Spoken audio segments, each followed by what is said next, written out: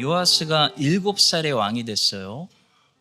그래서 요아스의 40년 통치는 여호야다가 살아 있어서 여호야다의 말을 잘 듣고 하나님의 뜻대로 잘 통치했던 그 전반전과 이제 여호야다가 죽은 후에 하나님의 뜻을 떠나서 자기 마음대로 통치했던 후반전으로 나눌 수가 있습니다.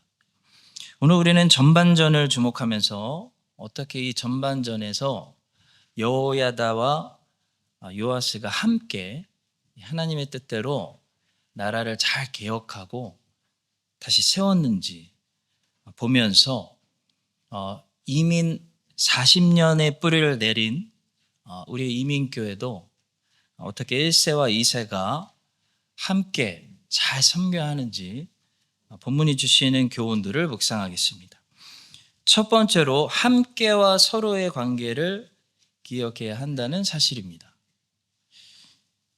호주의 이민교회들을 보면 제가 항상 안타까웠던 것은 호주는 1세와 2세가 완전히 분리된 그런 교회들이 많이 있습니다.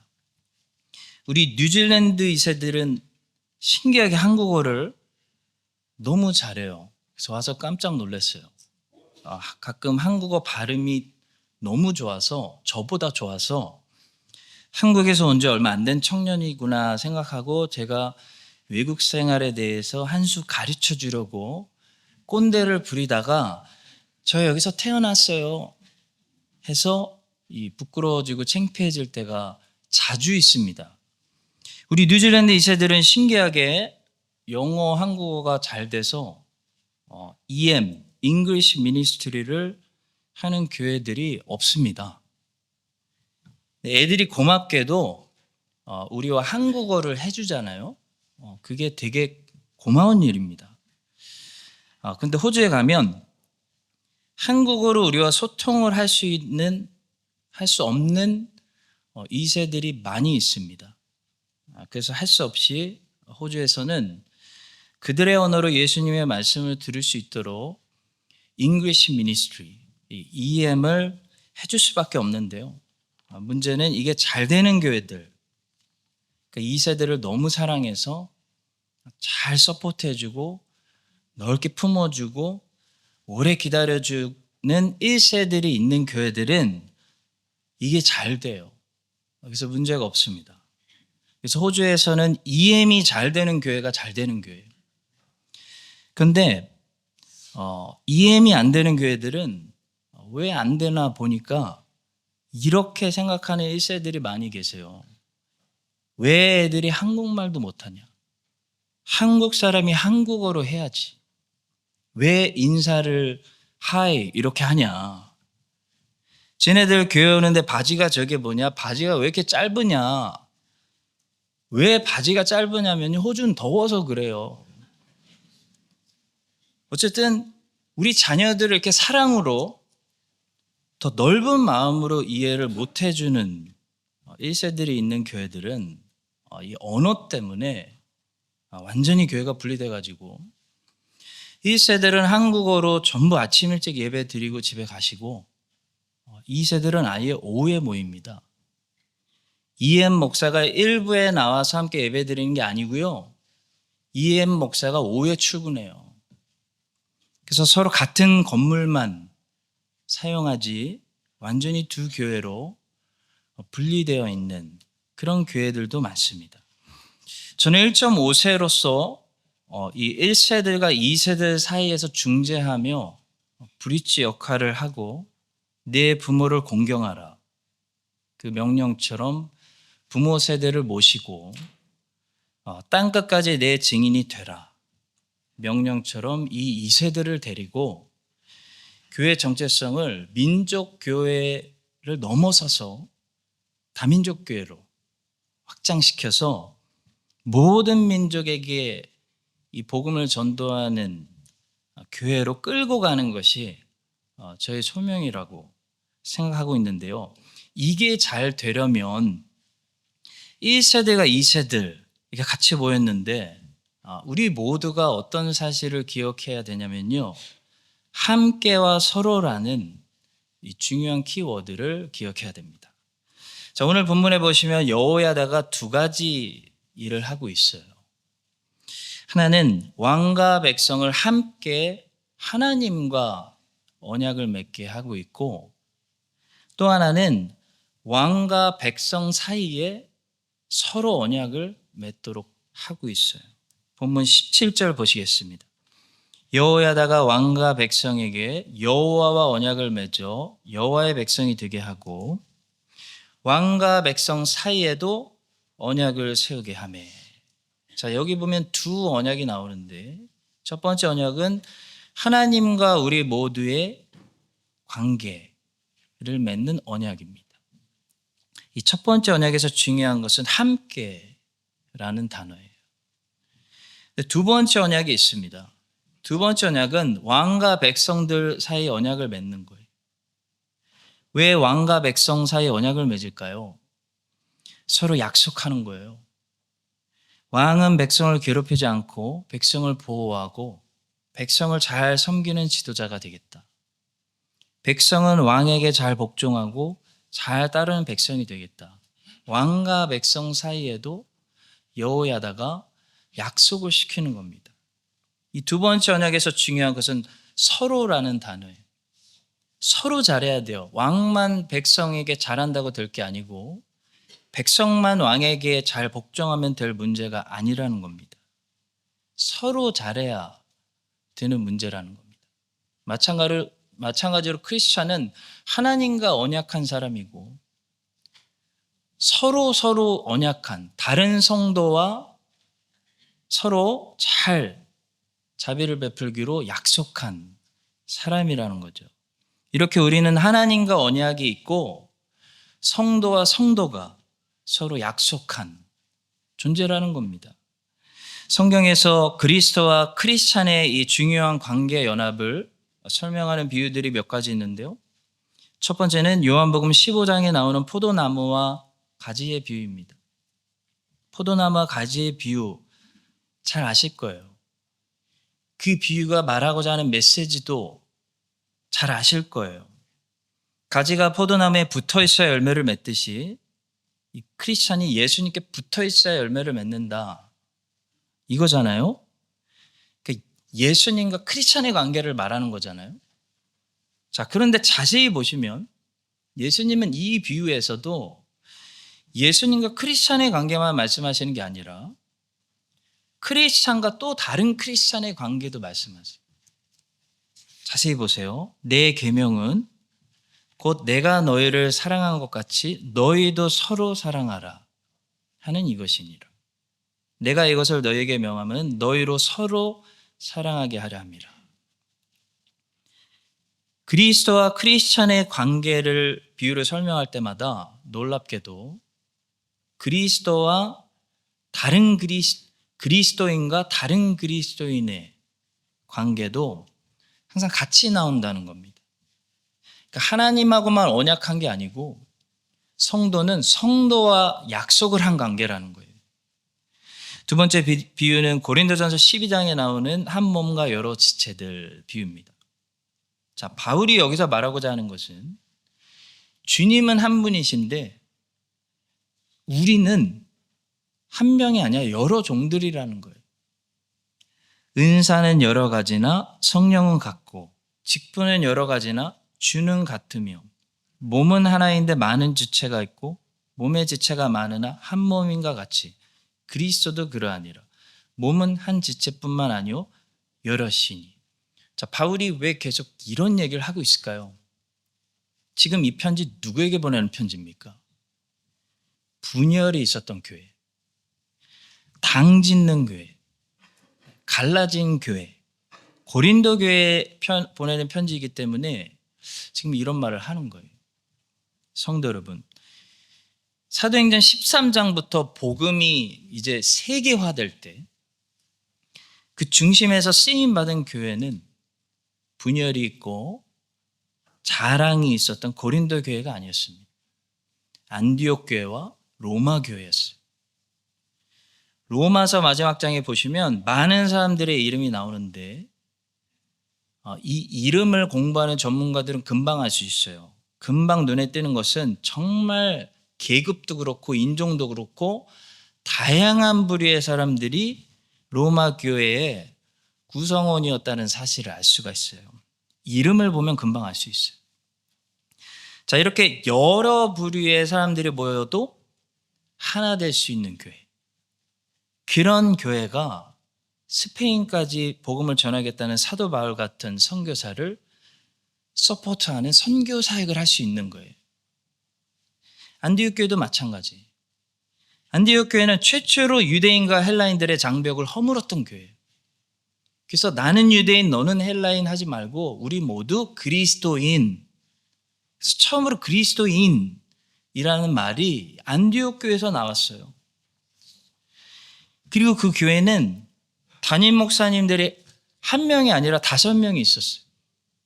그런데도 나는 누구, 이게 목사님들 때문에 파가 생기는 교회가 아니었어요. 자, 그런 교회가 세계 선교를 위해 사도 바울 같은 선교사를 지원하고 선교 사역을 했다는 겁니다. 분열하는 고린도 교회는 사도 바울을 서포트한 적이 없어요. 오히려 사도 바울이 고린도 교회 개척할 때는 한 푼도 안 받았어요. 자비량으로 선교한 거예요. 그런데 고린도 교회는 바울에게 어떻게 갚았습니까? 바울을 선교사로 지원하기는커녕 바울의 사도권을 공격했어요. 바울을 제일 힘들게 한 교회가 고린도 교회예요. 고린도 교회. 어떤 교회였다고요? 분열 있는 교회, 갈라져 있는 교회, 당짓는 교회, 여러 파가 존재하는 교회. 이런 교회는 선교 사역을 하지 못해요. 왜냐? 힘을 어디다 쏟냐면 여당, 야당 서로 싸우느라. 세 번째 비유는 에베소서 5장에 나오는 남편과 아내의 비유입니다. 남편에게만 아내를 사랑하라 명하지 않고 아내에게만 남편에게 복종하라고 명하지 않고 서로 이렇게 하라라고 명령합니다. 또 6장에 보시면 자녀와 부모, 종과 상정 관계도 나오는데요. 자녀에게만 부모를 공경하라고 명하지 않고 부모에게만 자녀를 노엽게 하지 말라고 명하지 않고 서로 이렇게 하라 명령합니다. 또 종들에게만 상전에게 순종하라고 명하지 않고 상전에게만 종들을 위협하지 말라고 명하지 않고 서로 이렇게 하라라고 명령하고 있어요. 그리스도인과 다른 그리스도인의 관계는 서로 노력해야 되는 관계라는 겁니다. 마지막으로 베드로전서 2장과 에베소서 2장은 건물 비유를 말씀하는데 예수님이 모퉁이 돌, 산돌, 그러니까 중심돌이 되시고 그 주변으로 돌들이 서로 연결하여 우리 하나님이 계시는 거하시는 집이 세워진다. 이런 비유인데 거기에 서로와 함께라는 이 핵심 단어들이 어떻게 등장하는지 보세요. 너희는 사도들과 선지자들의 터 위에 세우심을 입은 자라 그리스도 예수께서 친히 모퉁이돌이 되셨느니라. 그의 안에서 건물마다 서로 연결하여 주 안에서 성전이 되어가고 너희도 성령 안에서 하나님이 거하실 처소가 되기 위하여 예수 안에서 함께 지어져 가느니라. 그리고 계속 앞에 보시면 저기 21절에 연결이라는 단어가 나오는데 이게 올해 겨울방학 때 우리 중고등부와 청년들이 수련회에서 배우게 될 주제입니다. 여러분 기도 많이 해주시기 바랍니다. 성도 여러분, 점점 늙고 이제 떠나야 되는 여호야다와 7살짜리 점점 자라나는 요아스 그리고 유다 백성들 열심히 있는 유다 백성들이 함께 전반전에 이렇게 하나님의 뜻대로 나라를 개혁하고 잘 든든하게 세운 것은 그들이 함께 하나님과 언약했고 그들이 서로 약속했어요. 서로 약속해서 함께 서로 잘했기 때문입니다. 우리 크라이스트 처치 한인 장로교회도 1세들과 2세들이 함께 하나님 잘 섬기고 서로 약속했습니다. 우리가 서로 참아주고 사랑해주고 기도해주고 축복하기로 서로 잘 섬겨서 예수님께서 이 세계 전도에 이 오세아니아에서 어떤 교회를 베이스 캠프로 쓸까 이렇게 보실 때 우리 크라이스트 처치 한인 장로교회가 세계 선교 사역의 베이스 캠프로 주님께 쓰임 받는 그런 안디옥 교회, 로마 교회로 세워주시기를 예수님의 이름으로 축원합니다. 자, 두 번째로 본문에 보시면 단호한 결단이 나오고 동시에 적당한 타협을 보게 됩니다. 18절에 보시면 유다 백성들이 열심을 가지고 이제 영적인 청소, 나라를 청소하는데 단호하게 바알의 그 신당을 제거하고 바알 제사장을 제거합니다. 온 백성이 바알의 신당으로 가서 그 신당을 허물고 그 제단들과 우상들을 철저히 깨뜨리고 그 제단 앞에서 바알의 제사장 맏단을 죽이니라. 제사장이 관리들을 세워 여호와의 성전을 수직하게 하고, 그러니까 긍휼을 베풀지 않고 신당 허물어 버리고 제사장까지 죽였습니다. 자, 그런데 웬일인지 12장 3절에 보시면 산당들은 제거하지 못했다는 사실을 성경이 말씀하고 있습니다.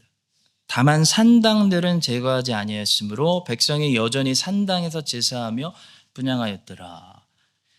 퀘스천, 산당은 왜 제거하지 않았을까? 생각해 봐야 돼요. 산당이 그들에게 어떤 의미였을까? 왜냐하면 산당은요, 예루살렘보다 훨씬 더 가깝고 저렴하고 편한 제사 방법이었기 때문이에요. 개혁이 일어나면서 바알의 신당은 완전히 제거하고 바알 제사장까지 죽였는데 그런 마당에 사람들이 계속해서 동네에 있는 산당에 올라가서 바알에게 제사 드렸다는 사실은 우리가 상상하기 힘듭니다. 그러지 않았을 겁니다.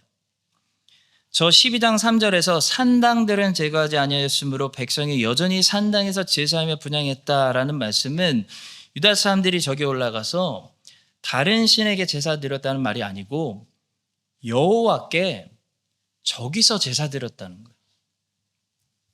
다시 말해 다른 신에게 제사 드렸다는 말이 아니라 하나님을 잘못된 장소에서 잘못된 방법으로 섬겼다라는 말씀이에요. 예수님께서 나중에 사마리아 여인과 대화하는 것을 들어보니까 사마리아 여인이 그래요. 사마리아 사람들은 이 산당들에서 다른 신에게 제사 드린 게 아니라 이스라엘의 하나님께 제사 드렸다. 제사 드리고 있었다. 라는 사실을 알 수 있습니다. 그래서 여인이 예수님께 질문하는 거죠. 우리 조상들은 저 산당에서 예배 드리고 당신네 유대인들은 예루살렘에서 예배 드려야 된다고 하는데 어느 제사가 맞는 겁니까? 예수님 대답하십니다. 산당에서 드리는 제사도 잘못된 제사고 예루살렘 성전에서 제사 드리지만 중심으로 복음으로 제사 드리지 못하는 제사도 잘못된 제사고 영과 진리로 예배 드릴 때가 온다라고 대답하신 거죠.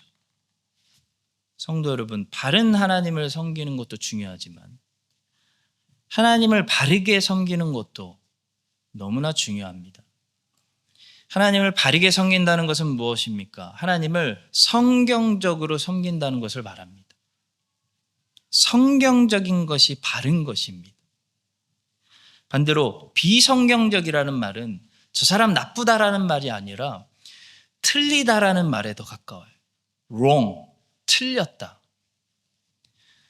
유다 사람들은 바알 신당은 제거하고 바알 제사장까지 죽였는데 산들마다 산당들을 그냥 놔뒀어요. 거기 올라가서 여호와께 제사를 드렸어요. 그게 틀린 건지 몰랐어요. 그리고 그게 훨씬 저렴했어요. 예루살렘까지 와서 제사 드리라고 하면 어떻게 됐을까요? 아무도 제사 드리러 안 가요. 그러니까 놔두는 거예요. 타협하는 거예요. 하나님의 말씀에는 분명히 예루살렘까지 와서 하나님이 지정하신 유일한 장소에서 제사를 드리라고 하셨는데 사람들에게 그냥 더 쉽고 빠르고 저렴한 제사 방법을 주는 거예요. 그게 산당 제사예요. 그게 타협이에요. 예루살렘까지 오려면 비용이 너무 비싸니까 가까운 산당들에 올라가셔서 여러분 꼭 바알에게 드리지 마시고 여호와께 제사 드리세요 라고 타협한 거예요.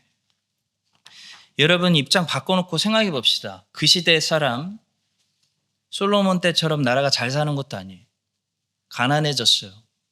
이스라엘 사람이에요. 예루살렘까지 오려면요 큰 돈 내야 돼요. 멀리서 예루살렘까지 오려면 너무 비싼 거예요. 또 와서 숙박 해결해야 돼요. 그 트랜스포테이션, 어코모데이션 이것 때문에 우리가 한국 못 가는 거잖아요. 똑같아요. 이게 장난이 아닌데 거리가 머니까. 문제는 제사용으로 쓸 동물도 데려오는데 돈이 만만치가 않아요.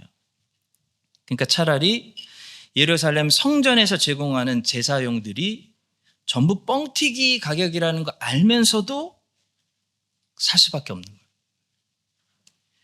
그러니까 그 비싼 예루살렘 성전 제사보다는 이 산당 제사가 훨씬 저렴하고 하나님 섬기기 좋은 방법인 거예요.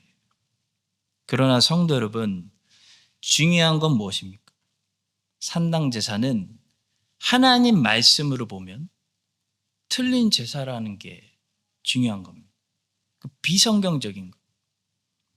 내 기분과 내 느낌에 예배를 잘 들었느냐가 중요한 게 아니에요. 하나님이 잘 받으셨느냐가 중요한 거죠. 그런데 하나님은 하나님의 말씀대로 성경적으로 우리가 행할 때 잘 받으시는 겁니다. 오늘 얼마나 교회들이 이 사람들이 잘 따라올 수 있도록 더 올 수 있도록 편하게 해드리고 저렴하게 쉬운 방법으로 이렇게 해서라도 하나님 섬기세요. 산당을 가서라도 하나님 섬기세요라는 얼터너티브한 산당들 방법을 제공하고 있지는 않습니까? 그 예 중에 하나가 온라인 예배인 것 같아요. 온라인 예배는 제 생각에 월시핑이 아니고 워칭이에요. 워칭. 구경하는 거예요. 그건 예배가 아니에요. 저는 과감하게 산당들을 제거하고 과감하게 성경으로 예배 개혁을 성공한 교회들만 이제 앞으로 살아남을 거라고 확신합니다. 성도 여러분, 과감하게 성경으로 교회 개혁하세요. 과감하게 성경적이지 않은 것들 다 무너뜨리세요. 괜찮아요. 과감하지 않고 그래도 하던 게 있는데 적당하게 틈을 놔두면 그 틈으로 누가 들어오냐면 마귀가 들어와요. 그래서 결국 우상숭배로 전락하게 합니다. 자기 만족의 신을 섬기게 한다든지 자기 느낌, 안목의 정욕, 육체의 정욕, 이생의 자랑 만족시키는 신에게 신을 섬기게 하는 거예요. 여러분과 제가 오직 성경으로 산당들을 눈에 보이지 않는 산당들을 항상 제거하고 오직 성경적으로 단호하게 신앙생활해서 영과 진리로 우리 하나님께 바른 예배드리고 하나님을 바르게 섬길 때 하나님이 이 교회 백성들에게 복을 주시기를 예수님의 이름으로 축복합니다. 자, 마지막 세 번째로 7살 요아스가 여호야다가 사는 날 동안 여호야다 덕에 하나님을 잘 섬겼다라는 사실입니다. 여러분 7살이면 제이키즈입니다. 본문 11장 21절입니다. 요아스가 왕이 될 때 나이가 7세였더라. 요아스는 7살의 왕이 됐고 어린이였습니다. 아직 지도가 필요하고 응원이 필요하고 계속 잘 먹고 자라야 됩니다. 멋진 왕으로 자라야 돼요. 마찬가지로 우리 다음 세대들 아직 어립니다. 특히 요즘 세대는 옛날 세대보다 많이 어려요. 약해요. 제가 올해 45인데요. 제 아버지께서 지금 제 나이에 저와 형을 호주로 유학 보내셨어요. 그 정도로 그때 아버지는 능력도 되시고 이 마음도 강하셨던 것 같아요. 근데 지금 저는 제 아이들을 유학 보낼 수 있는 능력이 있는 게 아니라 맥도날드 사줄 수 있는 능력이 있어요. 유학 보내놓고 괜찮은 담대한 마음이 있는 게 아니라 학교만 보내도 불안해요.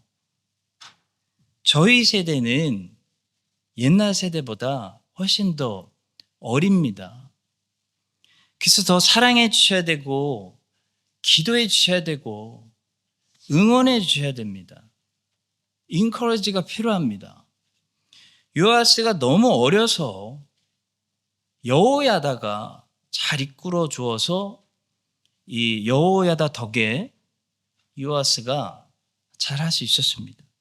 본문 2절입니다. 요아스는 제사장 여호야다가 그를 교훈하는 모든 날 동안에는 여호와 보시기에 정직히 행하였을 때, 그러니까 저는 우리 다음 세대가 이렇게 우리 부모님 세대들 때문에 하나님을 잘 섬기게 되는 그런 사람들로 성장할 수 있게 되기를 소망합니다. 그래서 마지막으로 우리 부모님들이 아직 이렇게 우리와 함께 계실 때 어떻게 우리 자녀들에게, 다음 세대에게 여호야다 같은 영향력을 끼칠 수 있는지, 마지막으로 6월절 지키는 규례를 통해서 2가지만 말씀드리려고 합니다. 첫 번째로, 고난이 고난으로 끝나는 것이 아니라 고난을 통해 하나님이 일하신다는 놀라운 사실을 여러분들이 산 증인으로 다음 세대에게 보여주시기 바랍니다. 왜냐하면 다음 세대는 인생이 아직 짧잖아요. 그래서 고난 지금 당하고 있지만 이게 과연 참을 가치가 있는지 몰라요. 이 고난 끝에 어떤 열매가 나올지 아직 못 보잖아요. 근데 우리 부모님들은 고난에서 고난을 잘 참고 했더니 어떤 열매가 나오는지 보여주실 수 있잖아요. 그래서 고난당할 때 충분히 참을 가치가 있다는 것을 말씀해 주실 수 있지 않습니까? 6월절을 지키는 규례를 보시면요, 6월절 고기를 꼭 불에 구워 먹으라고 말씀하셨습니다. 그 말은 6월절 되시는 제물, 우리 주님이 불 속에서 고난 받으실 것을 의미하는 거예요. 근데 그 불에 구운 6월절 고기를 이렇게 먹으라고 하세요. 고기만 먹으면 안 되고 꼭 무엇과 함께 어울려 먹어야 된다고 하시는데, 바로 무교병과 쓴나물과 함께 어울려 먹어야 된다 말씀하셨습니다. 그 밤에 그 고기를 불에 구워 무교병과 쓴나물과 어울려 먹되. 자, 이 말씀은 불에 구운 고기, 곧 우리 주님이 불 속에서 받으신 그 고난은 나의 고난과 함께 어울러 먹어야 한다는 말씀이에요. 무교병은 누룩을 넣지 않은 빵을 말하는데 이게 한마디로 맛없는 빵입니다. 그러니까 재미없는 인생을 말하는 거예요. 그리고 쓴나물은 쓴맛, 고난, 고생을 의미하는 거예요.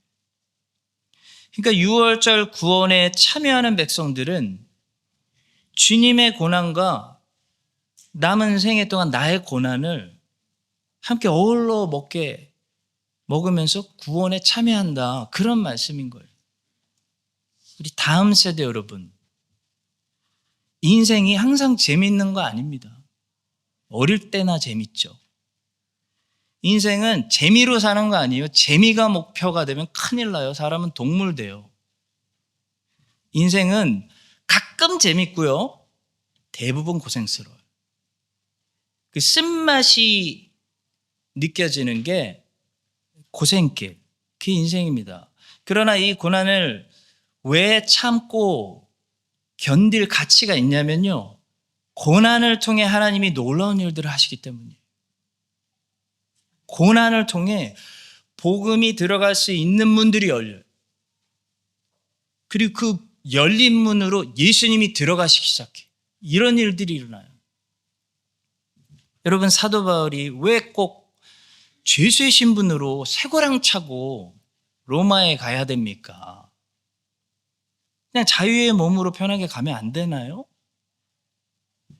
왜 꼭 예루살렘에 와서 잡혀서 죄수의 신분으로 로마에 가야 하죠?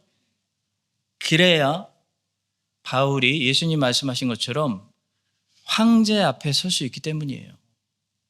주께서 이르시되 가라. 이 사람은 내 이름을 이방인과 임금들과 이스라엘 자손들에게 전하기 위하여 택한 나의 그리스라. 그가 내 이름을 위하여 얼마나 고난을 받아야 할 것을 내가 그에게 보이리라 하시니. 네로 왕제가 바빠 죽겠는데 바울을 왜 만나 주겠습니까? 바울이 네로 왕제 앞에 언제 서보겠습니까? 바울이 죄수가 돼서 재판받으면서 피고인으로 변명하다가 복음을 전할 수 있게 되는 것이 로마 황제에게 복음을 말할 수 있는 유일한 기회가 되는 거예요. 그래서 고난받게 하시는 거예요.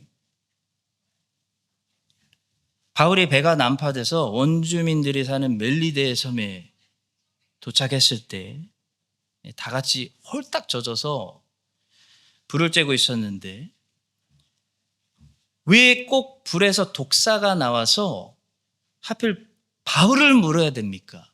여러분 왜 바울이 물려야 될까요? 그래야 죽어야 되는 사람이 죽지 않는 모습 보고 원주민들에게 복음이 들어가기 때문이에요. 안 그러면 이 원주민들에게 복음이 들어갈 길이 없기 때문이에요. 그래서 바울에게 물어 뜯기는 고난을 주시는 겁니다. 바울이 그 짐승을 불에 떨어버리매 조금도 상함이 없더라.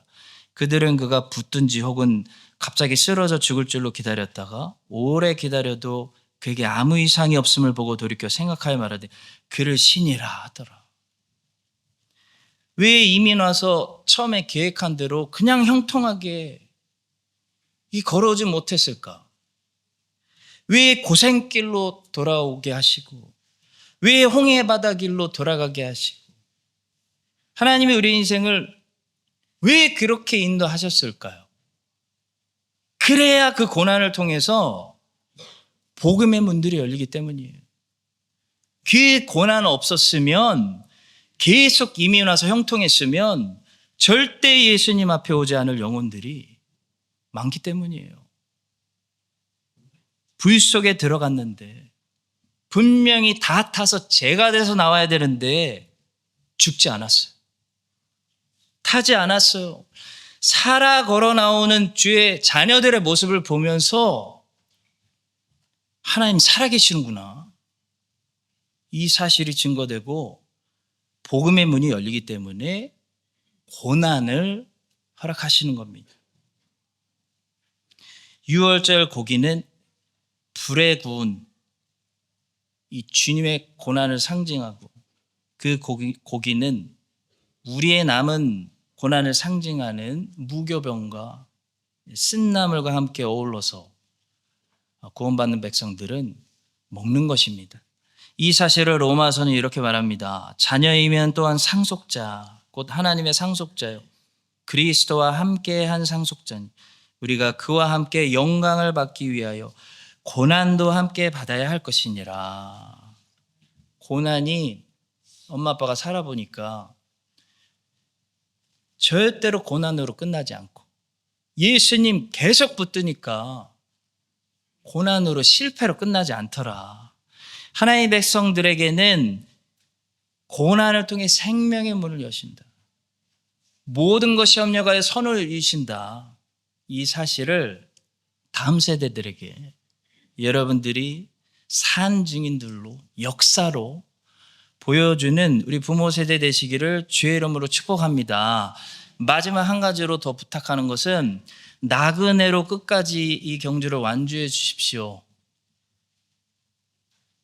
6월절 고기 먹는 규례에서 하나님은 또 이렇게 6월절 고기를 먹으라고 하셨어요. 너희는 그것을 이렇게 먹을지니 허리에 띠를 띠고 발에 신을 신고 손에 지팡이를 잡고 급히 먹으라. 이것이 여호와의 6월절. 언제든 떠날 준비하고 급하게 먹으라는 거예요. 지팡이는 나그네를 상징합니다. 야곱이 급하게 형 에서 속이고 아빠 속이고 도망쳐 나올 때 유일하게 들고 나온 게 지팡이였어요. 나는 주께서 주의 종에게 베푸신 모든 은총과 모든 진실하심을 조금도 감당할 수 없사오나 내가 내 지팡이만 가지고 요단을 건넜더니 지금은 두 때나 이렇나이다. 근데 나중에 야곱이 이 아들 요셉 때문에 애굽에 가서 호강하잖아요. 야곱 말년 끝내주잖아요. 얼마나 말년에 아들 잘나서 야곱이 잘 됐습니까? 아들이 총리가 됐는데 모셔오잖아요, 마차로. 자, 그런데 죽을 때 야곱을 보니까요, 이 사람이 아들 때문에 호강하는 게 아니고 그 애굽에 이집트에 조금도 마음의 뿌리를 내리지 않아요. 그리고 이미 한참 전에 갖다 버렸어야 되는데 그 지팡이만 가지고 있어요. 믿음으로 야곱은 죽을 때 요셉의 각 아들에게 축복하고 그 지팡이 머리에 의지하여 경배했어요. 본향에 뿌리 내리고 자녀들을 축복하고 가는 저 할아버지 야곱. 그 아버지 밑에서 자란 요셉 어떻게 됐을까요? 총리까지 지내며 성공했지만 애굽에서 나오는 연금 먹고 애굽에 뿌리 내리지 않고 하나님이 계신 아버지가 걸어간 본향을 향해 걸어갔습니다. 그래서 죽을 때 이 땅에서 나갈 때 꼭 내 해골 가지고 나가라고 유언 남기고 했습니다. 그리고 모세가 나갈 때 뭘 들고 갔습니까? 한 손에는 요셉의 해골 가지고 가고 한 손에는 하나님의 지팡이를 들고 나갔습니다. 사랑하는 성도 여러분, 그들은 모두 나그네였습니다. 그들은 모두 여기 뿌리 내리지 않았습니다. 그래서 지금 본향에 있습니다. 그들은 모두 이 세상에 뿌리 내리지 않고 본향을 향해 이 세상에서 걸어가는 나그네들이었어요. 여러분과 저도 여기 잘 살러 온 게 아니라 여기 뿌리 내리러 온 게 아니라 여기로 부르시고 여기서 하나님의 뜻을 이루시고 계속 걸어가서 본향을 향해 계속 걸어가는 사람들, 이 땅의 나그네들, 순례자들, 진정한 이민자였다는 사실을 우리가 보여줄 때 우리 사랑하는 우리 자녀들, 그 엄마 아빠의 모습 기억하고 이 땅을 다 지나가서 우리가 가는 본향으로 다 따라오게 하여 주시기를 우리를 맨 앞에서 인도하시는 예수님의 이름으로 축원합니다. 기도하겠습니다. 하나님 아버지, 우리가 여기까지 주님의 길을 걸어오며 쓴 나무를 먹으며 고생의 길, 광야의 길 걸으며 주님을 따라왔습니다. 고난이 고난으로 끝난 것이 아니라 고난이 복음의 문을 열고 생명을 낳는다는 것을 보여주시고 마지막까지 이 세상에 뿌리 내리지 않고 지팡이만 가지고 본향을 향해 완주하는 나그네들이 되게 하여 주시옵소서. 우리 부모님이 걸어가시는 길을 따라 우리 자녀들도 이 땅에서 순례자들로 길을 걷게 하여 주시옵소서. 우리 교회가 성경을 가지고 보이지 않는 산당까지 개혁하는 철저한 성경적인 교회 되게 하여 주시옵소서. 요아스와 백성들이 함께 주님과 언약하고 서로 약속한 것처럼 우리 모두 함께 주님을 섬기고 서로가 서로 봉사하는 하나로 연결되는 역사가 일어나게 하여 주시옵소서. 예수님의 이름으로 기도합니다. 아멘.